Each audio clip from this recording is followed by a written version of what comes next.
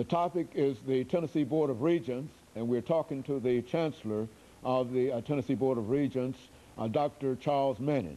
Of course, Dr. Manning, let me sort of tie into that second segment by having you to give us some information about technology within the SBR, the Tennessee Board of Regents system, and to perhaps say something about some of the challenges and some of the opportunities that you see within the range of what you're doing. Well, on the technology first, let me start with the academic side. We about 4 years ago wanted to get into this, and we created what we've titled the Tennessee RODP, Regents Online Degree Programs. And they are fairly unique in the country. Lots of people do online education, but there are not many where all the courses are packaged together to get a degree. And so there are 3 associate degrees, 2 bachelor's degrees. There's now a master's in nursing, particularly trying to address this need in the state of Tennessee for nursing. And the master's will allow a person to teach in our community colleges and therefore teach more students, and also the education programs we were talking about. It's very unique in that it's all of our 2-year and 4-year institutions operating together. So from a student's perspective, they can decide which school they want to sign up for with, and if it's a bachelor's degree, it has to be a 4-year school, but if it's associate, it can be any of the 13 schools. It doesn't matter where you sign up for it. And you may be taking a course from a faculty member of the University of Memphis, or one from that's being overseen by somebody from East Tennessee or Tennessee State. At the same time, the person actually working with you as the faculty member may be from yet another institution, and your transcript gets entered at the school you signed up with. So it gives tremendous amount of flexibility from a student's perspective. And we're trying, you know, we've got things like the library and student services and self-help and everything else is there. And all tied up into that online situation. Now, you know, over that period of time, then it's really, this is the 3rd fall, we've gotten up to 10,000 course enrollments. That's one student in one course. So it's really shown that there's a real need here, and you know, sort of wherever. You think of this education sort of any time, any place, and ultimately I think it'll be any pace. Now we still are organizing a semester link. So you've got 10,000 folks involved in it. That would almost make it the largest institution in the state system, would it? Emphasize that. It's individual course enrollments. But yes, we've got more in FTE than some of our smaller schools in this program. But it's, you know, it is a truly a collaborative amongst all the schools. So, and what it takes from a student's perspective, I'd say, is a little more discipline. You know, you don't have somebody with a whip over you or nagging you on a daily basis. Kind of, you've got to do a little bit more.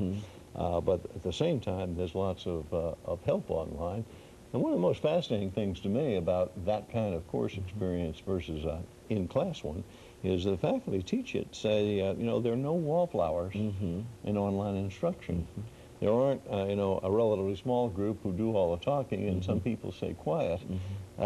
It tends to be that everybody participates. Everybody. It sort of reminds me of a little cartoon where a dog was there at a keyboard, and he says, I love online, nobody knows you're a dog. Well, you know, everybody feels comfortable doing that, and that really helps the education, and it's great. Now, on the kind of administrative side, we also are trying to be responsive in, you know, rather, you know, being online to do things rather than in line to do things. Okay. So that things like registration processes, payment processes, checking on your grades. We can't really do this yet, but our systems we want to put in so that you can do your own kind of course audit against your degree. You know, what am I lacking, and be able to check on that yourself and put fewer people between you and getting the information you want. So sort of all those administrative things we're trying to get in an online mode. So in a real sense, you can almost level the field of play against other institutions if you've got enough technology and enough computers and et cetera to sort of use other resources that you don't have available on your campus? Well, you know, certainly in terms of the development of as many courses we did, this collaborative made it possible. Individual schools couldn't have done that. Plus, you know, it's kind of like you know, a collection development in a library. If we've got multiple libraries here and you choose to specialize in one thing and they specialize in another, and I do, then the citizens in that area have access to a lot more things than if we were competing, trying to do exactly the same thing. That spreads that resource out more. Now, in terms of, you know, actual instruction, it's sort of the illusion that one faculty member could teach millions. Well, if they're writing your everyone in that class is writing your emails every day. Yes. you know, you start to see that you can't do that. In fact, there is more interaction. It takes a great deal. So there's not a limitless class size in that regard, but it certainly makes it possible for people who have very busy schedules or are in remote areas to. And people who are determined to take advantage of it. Yeah, they have to have the will, but they can tack that into their life. I'd say the you know, the real challenges that we have. I heard a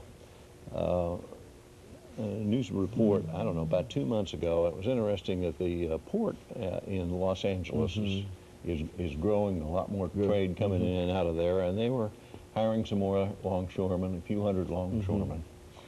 And more than 100,000 people applied for those jobs.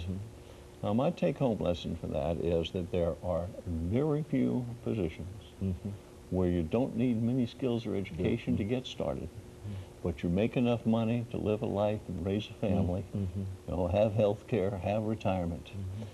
There's so few of those available now that over 100,000 people apply. We've got in Tennessee to raise the education level so that we are competitive and that people can get those jobs. We can attract them and retain them and keep them. And that really is, that's a very, very big challenge. You know, the national program of No Child Left Behind. Good, good. That, you know, that sounds like apple pie motherhood. Who wouldn't? But, you know, higher education hasn't behaved that way. I'm old enough that, you know, one of my classes, it did happen. Faculty member says, look to the left of you, look to the right of you. One of you won't be here at graduation day. And that was a mark of pride that this was a good, tough school.